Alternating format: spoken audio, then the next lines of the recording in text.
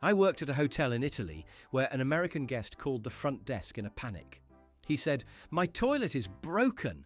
I flushed it, and now it's trying to attack me with a stream of water." I went up to his room to find him cowering in the corner of the bathroom. I had to gently explain that he was looking at a bidet and what its function was. He looked at me with genuine horror and said, "You people have a separate toilet just for washing your butts? That's the most unhygienic thing I've ever heard of. Just use paper like a normal human being." An American couple on a road trip through Canada pulled into my gas station. The man looked at the price, which was around $1.60, and shouted to his wife, "Honey, look, the gas is super cheap here." He proceeded to fill his massive SUV to the brim.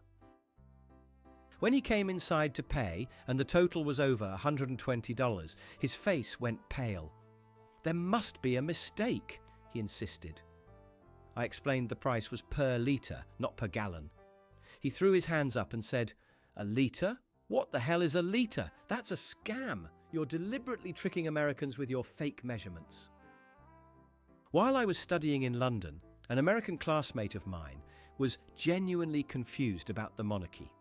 He asked our British professor, "So, when is the next election for king? I haven't seen any campaign ads." The professor explained that the monarchy is hereditary. The American student looked disgusted and replied, "So you're telling me you don't even get to vote? What if the next guy is a total moron? That's a dictatorship. We fought a whole war to get away from that kind of system. You guys should really try democracy. It's way better." I was working in a fromagerie in Paris. An American woman came in, looked at the hundreds of artisanal cheeses and asked, "Don't you have any of the normal cheese?" I asked her to clarify what she meant. She said, "You know, the orange kind. The kind that comes in the little plastic wrappers." I politely explained that we only sold traditional French cheeses. She looked at the display with genuine disgust and said, "But this all looks rotten. There's mold on it. In America, our cheese is pasteurized and safe. This is a health hazard." I was leading a tour along the East Side Gallery, the longest remaining section of the Berlin Wall. An American student in the group asked, "So, when the government commissioned this wall, was the plan always to let artists paint on it?" I explained it was built by the East German regime to stop its citizens from fleeing to the West. He looked genuinely confused and replied, "So they built a wall to keep their own people in? That makes no sense. Why would anyone want to leave? Sounds like fake news to me." My company in Montreal hired a consultant from Texas. On his first day, he heard my colleague answer a phone call in fluent French, then turn to him and speak perfect, unaccented English. The Texan was amazed. He patted my colleague on the shoulder and said, "Wow, your English is incredible. It's great that you're learning a useful language for the business world. Keep practicing like that, and no one will even know you're from here." My colleague, who was born and raised in an English-speaking part of the city, was speechless. I worked at a car rental agency in Alice Springs, Australia. An American couple wanted to rent our smallest compact car to pop over and see the Big Rock, Uluru. I explained it's a 9-hour round trip through the desert with no phone service, and they needed to carry gallons of water. The husband laughed and said, "Don't worry, we're from Texas. We know heat. We'll just put the AC on full blast and be back before sunset." How bad can it be? He thought our life-saving safety warnings were just an upsell tactic. I was waiting in a very long, very orderly queue for a bus near Trafalgar Square in London. When the bus arrived, an American man who had been standing nearby walked straight to the front and tried to get on. An elderly woman tapped him on the shoulder and said, "Excuse me, dear, the queue starts back there." The American looked back at the 30-person line, then back at her, and said with a shrug, "Oh, I'm not in a hurry, you guys can go ahead."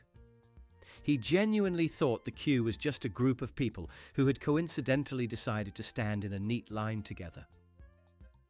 I was working at a travel agency in Lisbon when an American couple came in to plan a day trip. They pointed at a map of Europe and said, "We want to see the Parthenon in the morning and then be back in Portugal for a late dinner."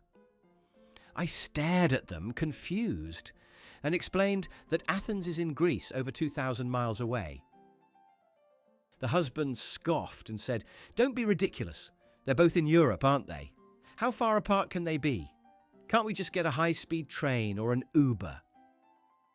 My Swedish company was acquired by an American firm. The new CEO flew in and gave a motivational speech about hustle culture and working 110%. The next day, he called an emergency meeting at 5:30 p.m. Nobody showed up.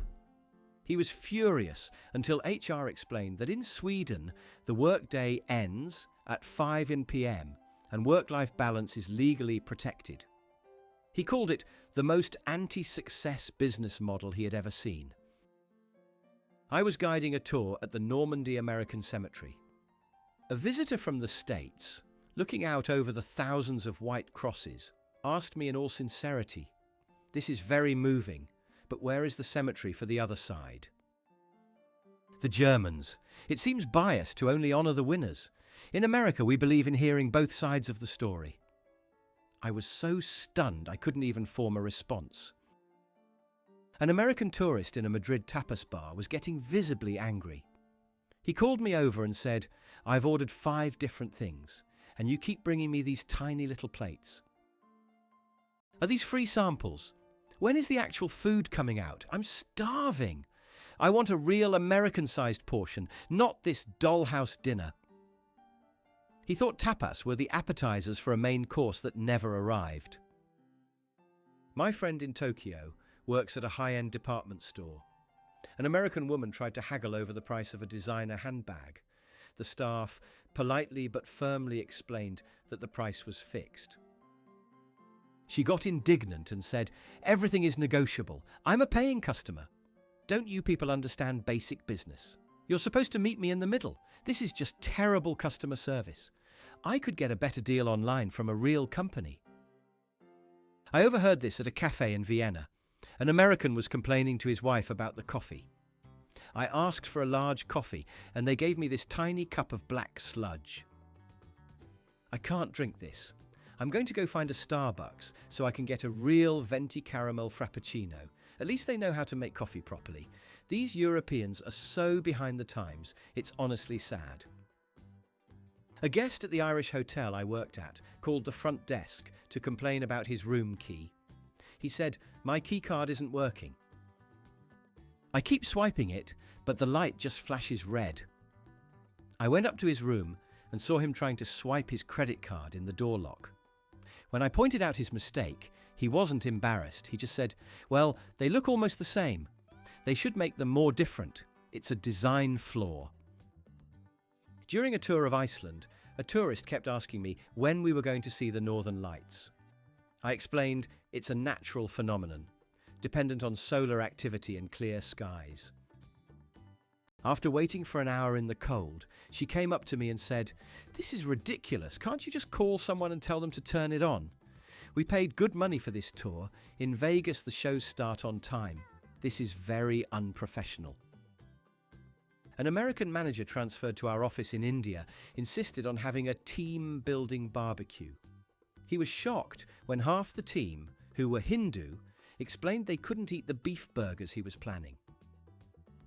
He then suggested pork ribs, and the other half of the team, who were Muslim, said they couldn't eat that. He threw his hands up in frustration and said, "What is wrong with you people? It's just food. Can't you just be normal for one afternoon?" I was on a flight next to an American student who was looking at a world map on the in-flight screen. He turned to me and, with genuine curiosity, asked, "Why do they draw the maps like this, with America not in the centre?" It's really confusing. It makes it look like we're just some country off to the side, but we're the most important one. They should have to put us in the middle. It's just more accurate that way. A woman came into my bookstore in Edinburgh and asked for a book about the English Civil War. I showed her to the history section. She came back a few minutes later and said, "No, I want the one about Captain America and Iron Man." "The movie? Don't you have a novelization? It's a huge part of American history. I had to explain that the movie was a work of fiction. She looked at me with pity and said, "You poor thing, you really believe that?" My cousin, who is from Morocco, was at a conference in Chicago. An American colleague asked him, "So what's it like living in the desert? Is it hard to get Wi-Fi for your tent?" My cousin explained that he lives in Casablanca, a modern port city of over 3 million people. The American looked disappointed and said, "Oh, so it's not like Aladdin at all. That's a shame. I thought it would be more exotic." An American tourist at a German spa was kicked out because he refused to take off his swim trunks in the sauna area. He was screaming at the staff, "This is indecent exposure. I'm going to sue you all." In my country, we have morals and we respect families. This whole place is just a disgusting European free-for-all. You should be ashamed of yourselves. The staff just kept calmly repeating, "It is the rule. No swimwear in the sauna." I was working in a pub in Australia when an American ordered a pint. I served it to him, and he immediately complained, "This isn't a pint. It's too small." I explained that an Australian pint is smaller than an American pint. He slammed his hand on the bar and said, "A pint is a pint. It's a universal measurement. You can't just change the size of it. This is false advertising. You're cheating people with your fake Australian pints." An American living in the UK went to the doctor for a minor issue. After the appointment, he waited at the reception desk to pay. The receptionist told him there was no charge because of the NHS. He was deeply suspicious. For weeks, he told all his friends, "I'm telling you, there's a catch. The bill is coming. Nothing that good is ever actually free. It's probably some kind of socialist trick to get my data. I'm not falling for it." My friend is a wildlife guide in Costa Rica. He was pointing out a two-toed sloth hanging peacefully in a tree. After about a minute of silence, an American tourist loudly asked, "So, is it broken? Is it going to do anything?" My friend explained that sloths are famous for being incredibly slow and inactive. The tourist replied, "What a rip-off. I didn't pay to come all the way to this jungle to watch something sleep. In the zoos back home, the animals are at least trained to be entertaining. Can't you poke it or something?" I was a server in a high-end restaurant in Tokyo. An American family had a wonderful meal and were very complimentary. When they left, I noticed they had left a large amount of cash on the table. Thinking they had forgotten it, I ran out to return it to them. The father looked offended and said, "No, that's your tip for the great service." I tried to explain that tipping is not customary and can even be considered rude. He just shook his head and said, "Listen, son, good work gets rewarded. Don't be too proud to accept it. It's the American way." An American tourist came into my pharmacy in Australia looking for painkillers. He asked for Tylenol. I explained that we don't have that brand, but that paracetamol is the exact same active ingredient. He looked at me suspiciously and said, "Paraceta what? I'm not taking some weird foreign knockoff drug. I need the real stuff, from America. It's not my fault you guys don't have access to proper medicine. I'll just wait till I get home, I guess. Hopefully, my headache doesn't kill me by then." I was on a train from Florence to Rome, sitting across from an American family. The teenage son was complaining about the view. "This is so boring," he said. "It's just a bunch of old farms and hills. Why doesn't Italy have any cool stuff to look at, like skyscrapers or big highways?" His father nodded in agreement and added, "He's right. For such a famous country, it's surprisingly undeveloped. It kind of looks like rural Kansas, but with worse roads. They could really learn a thing or two from our infrastructure." My cousin hosted an American exchange student who was shocked to find out we didn't celebrate the 4th of July in France. She genuinely asked, "Hey, but it's like a huge holiday. Don't you guys celebrate your independence?" My cousin patiently explained that the 4th of July celebrates American independence from the British. The student thought for a moment and then said, "Oh, right. So do you guys celebrate their independence from you then? Or do you just ignore it because you lost the war?" At a vineyard in the south of France, the sommelier was giving a tour. He explained the concept of terroir, how the soil, climate, and environment affect the taste of the wine. An American in the group interrupted him. "That's a nice story, but it's not really scientific, is it? In California, we just use technology and better irrigation to make our wine taste good every single year. We don't have to rely on magic dirt or the weather. It's about consistency and quality control, not tradition." I worked customer service for an airline. An American called to complain about his flight from New York to Sydney. His issue wasn't the service or the plane, but the fact that he lost a whole day of his life because of the time difference. He demanded compensation for the stolen 24 hours. He said, "My ticket was for Tuesday, but I got there on Thursday. The airline literally stole a Wednesday from my life, and I want it back." This is a breach of contract. In America, time moves forward, not sideways.